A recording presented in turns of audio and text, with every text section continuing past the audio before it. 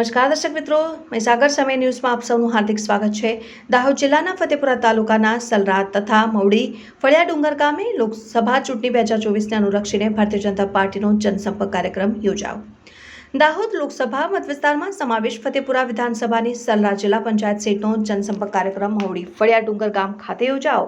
જનસંપર્ક કાર્યક્રમમાં ડુંગર ગામના સૌ ગ્રામજનો મોટી સંખ્યામાં જોડાઈને આગામી ચૂંટણીમાં ભાજપ અને જસવંતસિંહ ભાભોરને 100% मतदान કરીને જંગી બહુમતીથી જીતનો વિશ્વાસ વ્યક્ત કર્યો। કોંગ્રેસના ઉમેદવાર ડોક્ટર પ્રભાબેન તાવિયાડના માતૃ વતન ભારતીય જનતા પાર્ટીના કાર્યક્રમમાં અકલ્પનીય જનમેદની ઉમટી પડી। આ કાર્યક્રમમાં નરેન્દ્રભાઈ મોદી સાહેબની વિકાસની રાજનીતિથી પ્રેરાઈને 50થી વધુ કોંગ્રેસના કાર્યકર્તાઓ રાજીનામા આપી ભારતીય જનતા પાર્ટીમાં જોડાયા। કાર્યક્રમમાં ગુજરાત સરકારના કેબિનેટ મંત્રી અને દિગ્ગજ આદિવાસી નેતા કુબેરભાઈ ડિંડોર, લોકસભાના સાંસદ અને ઉમેદવાર જસવંતસિંહ ભાભોર, જિલ્લાના અધ્યક્ષ શંકરભાઈ આમલિયાર, ફતેપુરાના ધારાસભ્ય રમેશભાઈ કટ્ટારા, જિલ્લા તાલુકા પંચાયતના ચૂંટાયેલા સદસ્યોની મોટી સંખ્યામાં ગ્રામજનો હાજર રહ્યા હતા।